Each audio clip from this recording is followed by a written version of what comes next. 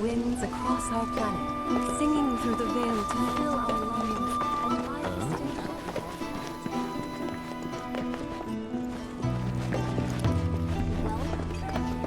Our journey begins here, at the dawn of life. As newborn souls, freshly, we need only open our door. Lift your gaze to the heavens, since time immemorial.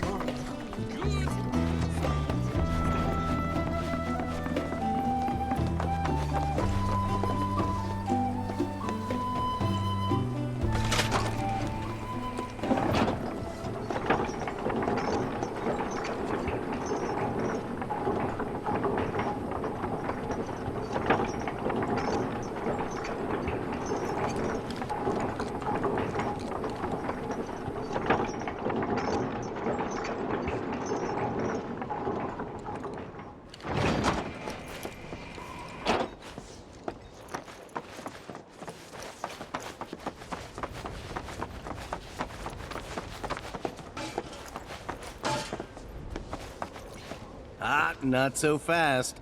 Sorry, but visitors aren't allowed in here. You see, this is where we keep all our valuables.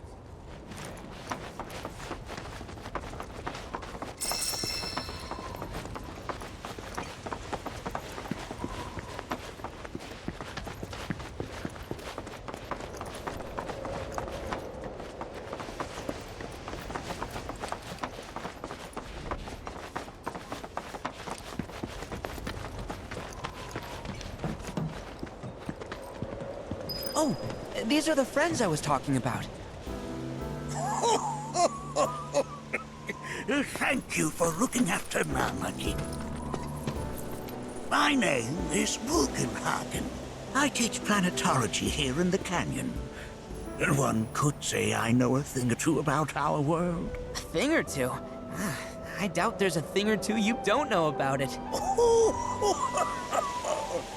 Well, it might seem that way to a child like yourself. I'm not a child anymore. I'm 48. 40 what?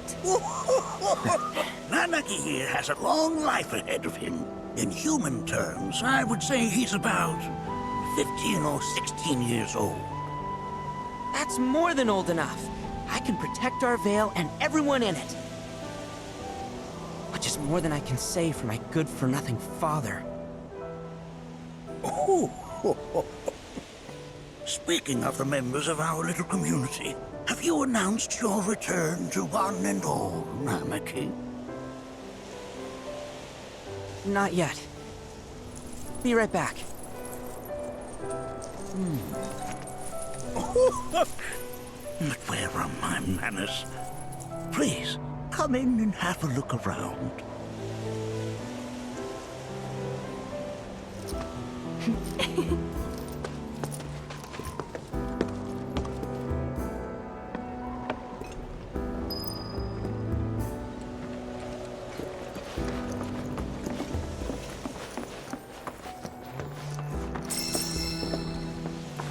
If we have anything to fear, it is not our fellow man, nor big or small, with whom we share our home. It is that which comes from beyond the confines of this world.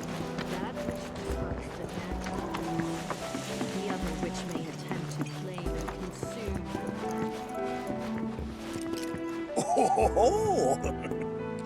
Have my devices piqued your curiosity? They are essential to my studies of the planet.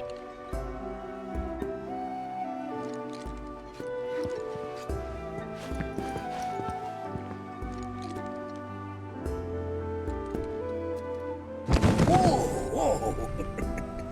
Those devices are testing the pull of gravity.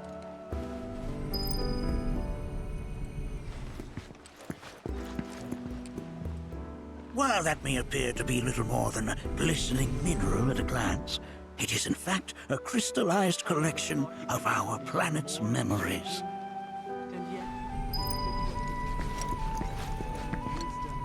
Don't you worry, my dear. I'll find a way to bring out the full depth. That's a scale model of our planet and the surrounding stars. One could say the dust it's collected represents the people who live upon it.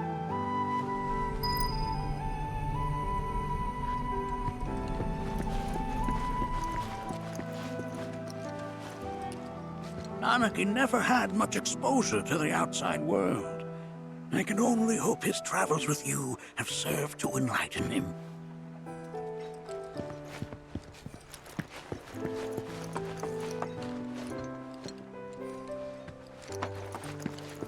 Here we seek to gather the wisdom of the planet. We've all been worried sick about Nautiki, fellow Bugenhagen chiefly among us. You recognize that little scamp? I'll have you know that in his childhood, Nanaki was quite a handful.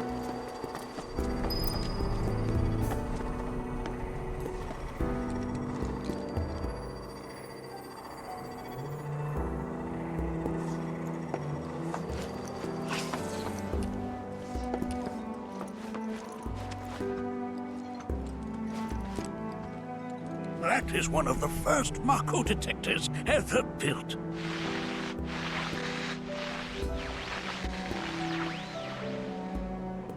Though I suspect it can't detect much now.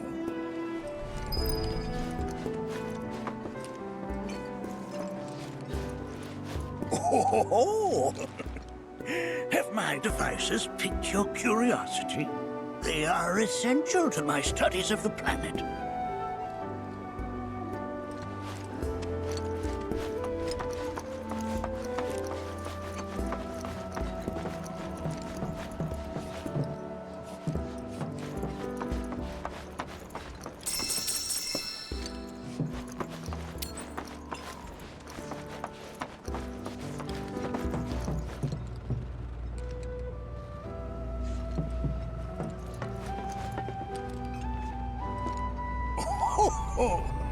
You won't find a larger telescope on the planet. With it, you can see to the edge of the galaxy. There's no better view of the stars than through this scope. But the lens could do with some cleaning. My apologies.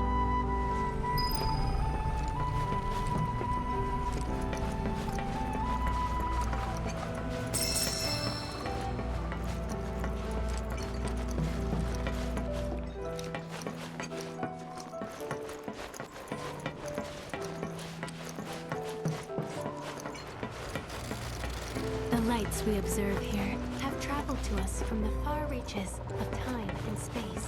To gaze at the stars is to gaze into their past, what they once were, eons ago. Can't say I'm all that interested in the future, but that's just how we're wired. You know,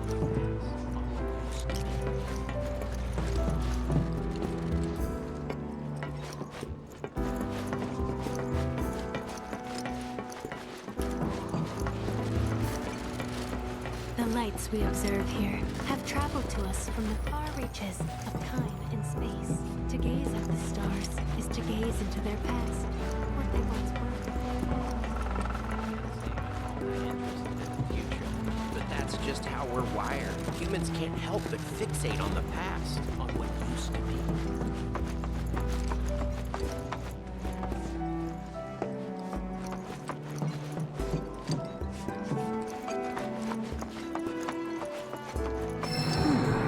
That again, huh?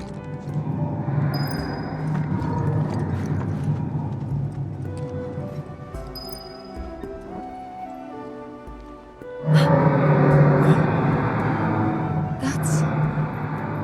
The planet crying out. A sorrowful dirge indeed. One I've heard all too often of late.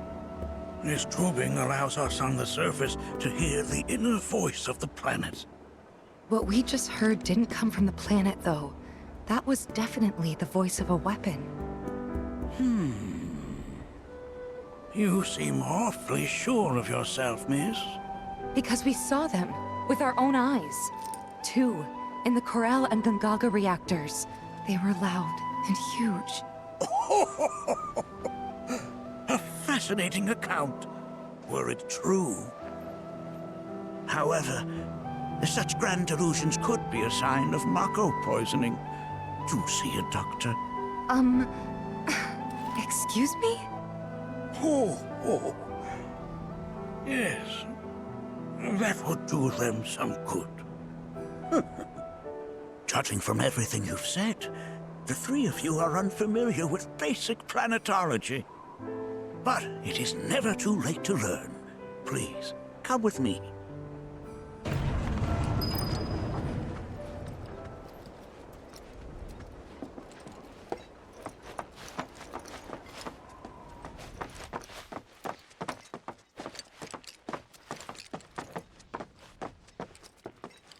I present to you our planetarium.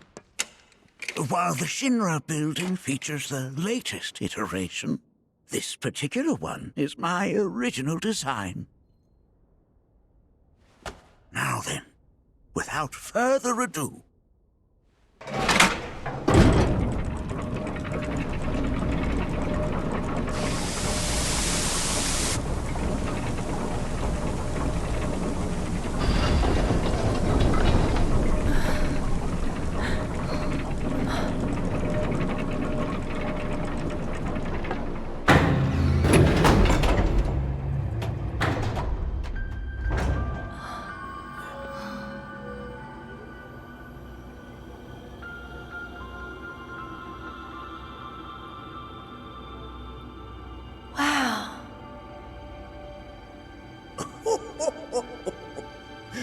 this is only the beginning.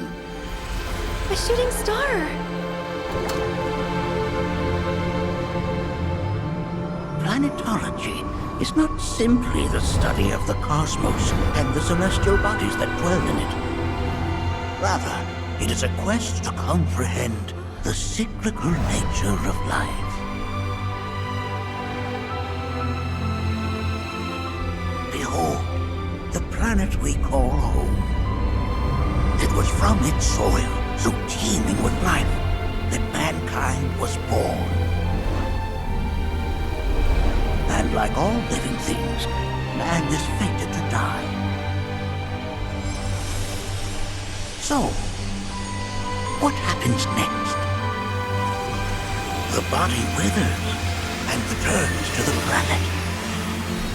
But what of the mind, the spirit, the soul? Much like its former vessel, it too returns whence it came. To the great river where all intertwine and circle the planet without end.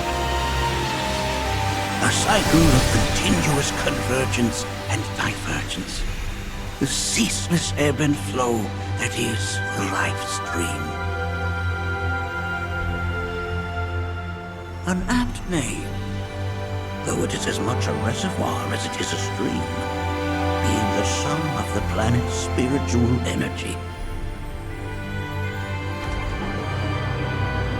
It is the very essence of our star, the blood coursing through its planetary veins. And if ever that essence were to be entirely depleted,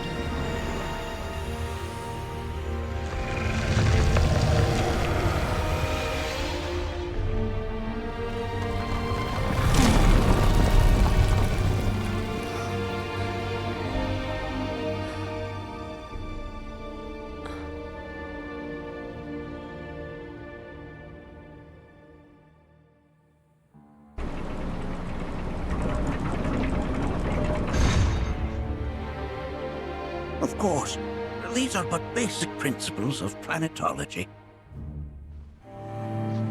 So you're saying that Mako is spiritual energy, which we're using up? Just so.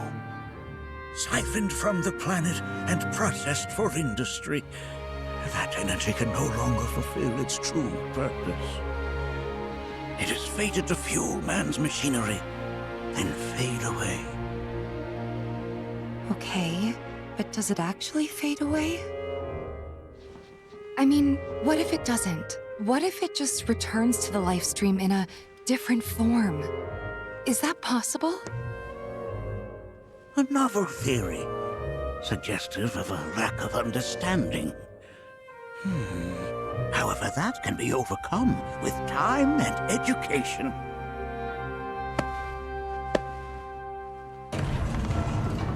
You rang? please escort this young lady to our seminar room, would you? Right this way. Okay. Hey, can I come?